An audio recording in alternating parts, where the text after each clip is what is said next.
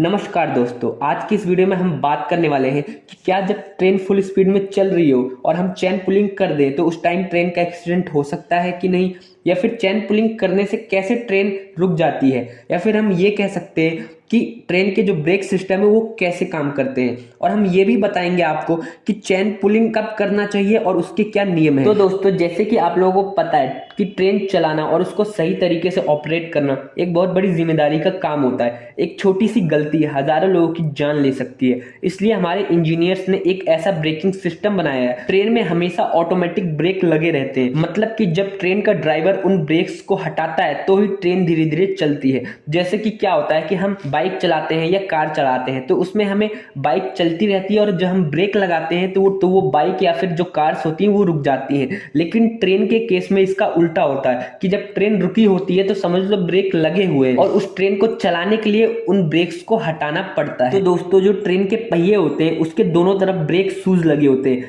वो जो break shoes होते हैं वो पहिए को टाइट से पकड़े होते हैं, जिसकी वजह से वो ट्रेन रुकी हुई होती है। जब ट्रेन के ड्राइवर को या लोको पायलट को ट्रेन को चलाना होता है तो वो पीछे से एयर प्रेशर रिलीज करते हैं। तो उस एयर प्रेशर की वजह से जो वो ब्रेक शूज होते हैं वो 5 से 8 इंच दूर हो जाते हैं, जिसकी वजह से वो पहिए जो होते हैं वो फ्रीली मूव करने लग जाते हैं और ट्रेन चलने लग जाती है। और जब ट्रेन को रोकना होता है तो लोको पायलट उस एयर प्रेशर को रिलीज कर देता है या फिर बाहर निकाल देता है, जिसकी वजह से आप लोगों ने कभी कभी कुछ आवाजें सुनी होंगी एयर लीक होने की। तो वो जो एयर जब लीक होती है तो धीरे धीरे प्रेशर कम होता है और ट्रेन धीरे धीरे करके रुक जाती है। तो दोस्तों, पहले के जो ब्रेक शूज होते थे वो कास्ट आयरन के होते थे, जिसकी वजह से वो ज्यादा घिसते थे और उसमें से ज्यादा स्पार्किंग होती थी। लेकिन अब जो ये ब्रेक शूज होते हैं वो कंपोजिट मटेरियल के बनने लग गए हैं, जिसकी वजह से कम स्पार्किंग होती है। तो दोस्तों, अब हम ये बात कर लेते हैं कि ये प्रेशर आता कहाँ से है और कैसे इन ब्रेक शूज तक पहुंचता है।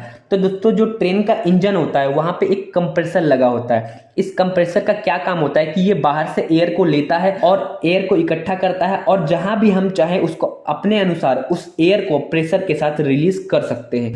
तो दोस्तों, आप लोगों ने एक बात और नोटिस करी होगी कि जबकि जो ट्रेन के दो डिब्बे होते हैं आपस में जो जुड़े हुए होते हैं उनके बीच में 2 पाइप भी आपस में जुड़ी हुई होती है। तो दोस्तों, जब ट्रेन के ड्राइवर को ट्रेन को चलाना होता है तो उन ब्रेक शूज को हटाने के लिए ट्रेन का ड्राइवर एयर को रिलीज करता है। तो एयर इन पाइपों के थ्रू होते हुए ट्रेन के जितने भी ब्रेक शूज होते हैं वहां तक एयर पहुंचती है और उन ब्रेक शूजों को 5 mm पीछे खींच लेता है वो एयर प्रेशर, जिसकी वजह से क्या होता है वो ट्रेन के पहिए फ्री हो जाते हैं और वो मूव करने लग जाते हैं। तो दोस्तों, हम ये बात कर लेते हैं कि कैसे चैन पुलिंग से ट्रेन रुक जाती है या फिर ये चैन पुलिंग काम कैसे करता है। तो दोस्तों, क्या होता है जब भी कोई इमरजेंसी का टाइम होता है या किसी पैसेंजर को दिक्कत होती है तो कोई भी उस चैन को खींच सकता है, जिसकी वजह से क्या होता है एक प्रेशर रिलीज होता है। मतलब कि ट्रेन को चलाने के लिए प्रेशर दिया जाता है और चैन पुलिंग करने से वो एयर रिलीज हो जाती है, जिसकी वजह से धीरे धीरे करके ट्रेन की स्पीड कम हो जाती है। तो दोस्तों, चैन पुलिंग के टाइम क्या होता है धीरे धीरे एयर रिलीज हो रही होती है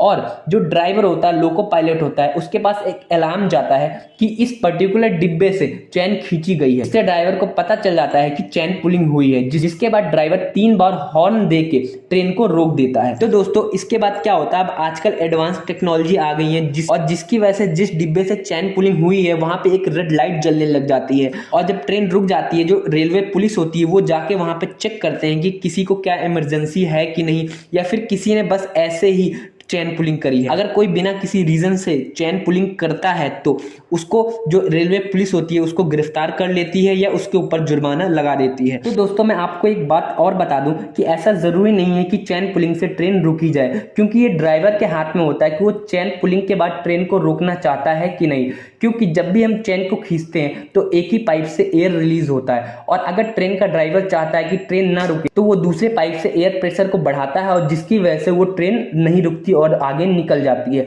तो दोस्तों, अब हम ये बात कर लेते हैं कि क्या चैन पुलिंग से ट्रेन का एक्सीडेंट हो सकता है कि नहीं।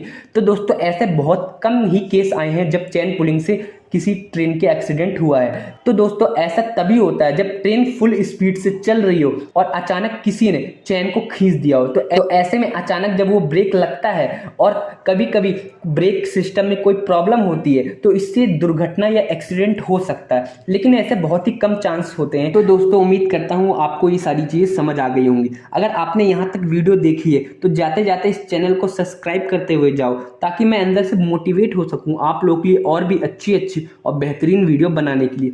वीडियो देखने के लिए आपका बहुत बहुत शुक्रिया।